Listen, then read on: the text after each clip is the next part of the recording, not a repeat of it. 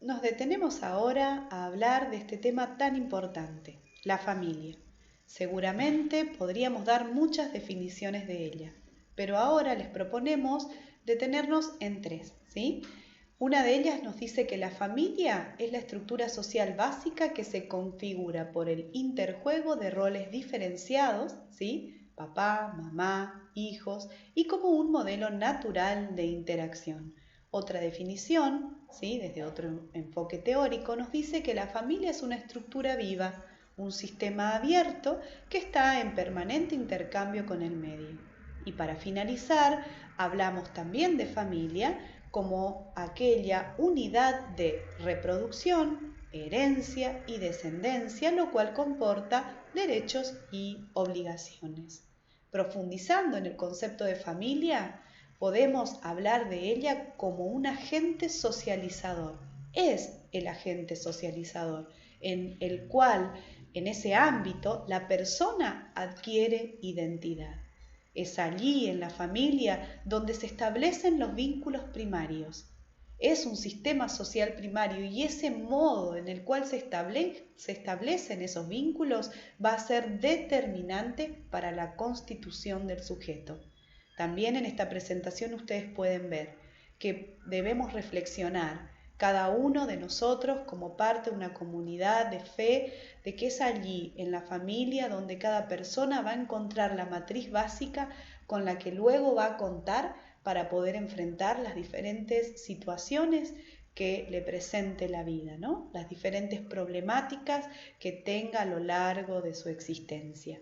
Hoy también queremos mencionar que de diferentes autores y también lo que podemos observar en nuestra sociedad actual, podemos hablar de distintos tipos de familia.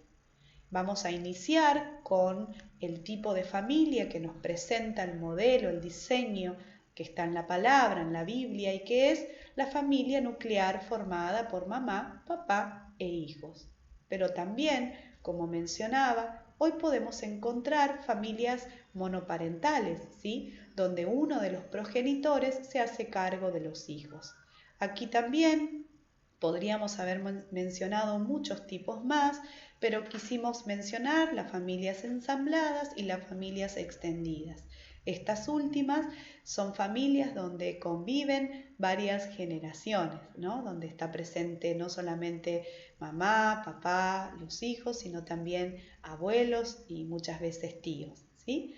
Vamos a pasar entonces a mencionar algo muy importante: la contención que nosotros debemos dar desde una comunidad de fe y el reconocimiento a un factor de protección por excelencia, que independientemente de la estructura de esa familia debe estar presente, y que es el amor, ¿sí?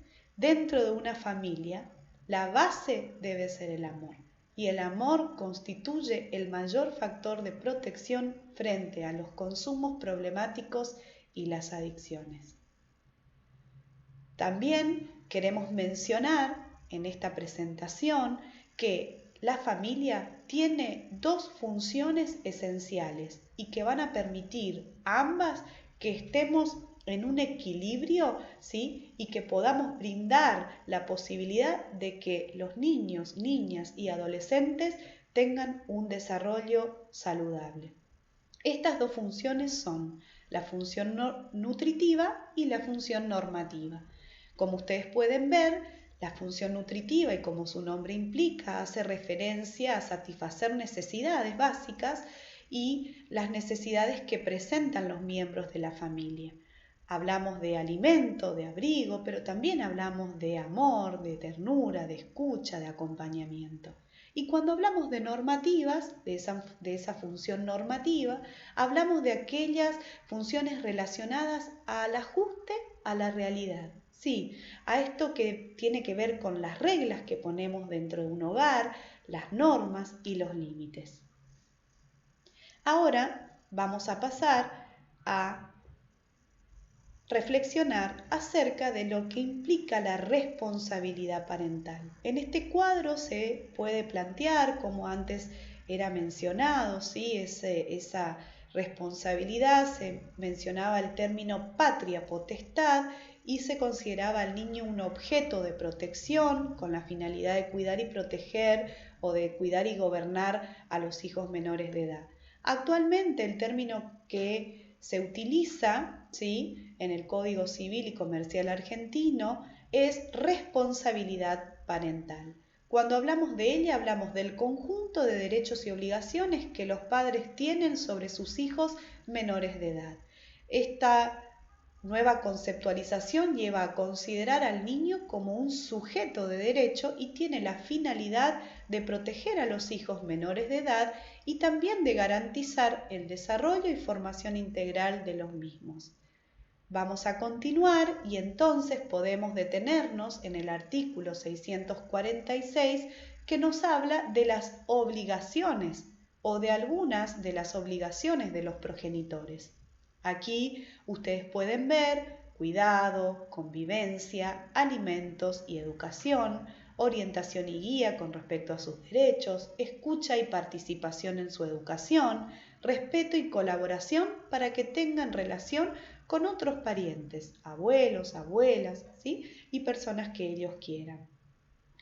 Mencionábamos hace unos instantes que nosotros dentro del ámbito familiar tenemos dos funciones que deben ser cumplidas y hablábamos de la función normativa. Vamos a ampliar entonces estos dos conceptos, normas y límites. Las normas son aquellos criterios y pautas que van a indicar a los hijos qué, cuándo y cómo realizar tareas, acciones o cumplir sus compromisos. Y cuando hablamos de los límites, vamos a estar hablando de esas prohibiciones o de ese punto máximo o de ese punto final que tiene que ver con lo tolerable con respecto también a ese mantenimiento de normas. ¿Sí? Aquí nosotros vemos que siempre que se establezcan normas va a tener un porqué, va a ser por un motivo, ¿no? Por motivos de salud, por motivos de seguridad, también de convivencia, para poder vivir en armonía y por valores morales y religiosos, ¿sí? Aquí en este disparador visual, en esta imagen, podemos darnos cuenta que el límite siempre va a permitirnos diferenciar dos zonas, ¿sí? Va a permitir separar estas dos zonas. Por un lado, lo permitido, por otro lado, lo prohibido, ¿sí? Aquí también podemos hablar de un concepto muy importante dentro de lo que hace a la familia y a los adultos, a los padres, la autoridad. Esa autoridad está basada en la responsabilidad que cada padre tiene ante su hijo y ante la sociedad. Hablábamos hoy de obligaciones como padres, ¿sí? Y las obligaciones de los padres son enseñar, educar, formar, pero también corregir. Esa autoridad siempre se va a dar dentro de un ámbito, dentro de un espacio en el cual sea primordial el respeto. Siempre esa autoridad se va a ejercer con respeto, con cariño y con razonamiento. No de manera impulsiva, no de manera irracional, no por imposición. Y estos dos últimos términos que mencionábamos, ausencia de razonamiento e imposición, son los elementos que lo diferencian del autoritarismo, ¿sí? La autoridad se diferencia del autoritarismo, porque como decíamos, la autoridad siempre implica asumir esa responsabilidad que nosotros tenemos como adultos y como miembros de una familia, como padres, ¿sí? O como tutores de niños, niñas y adolescentes.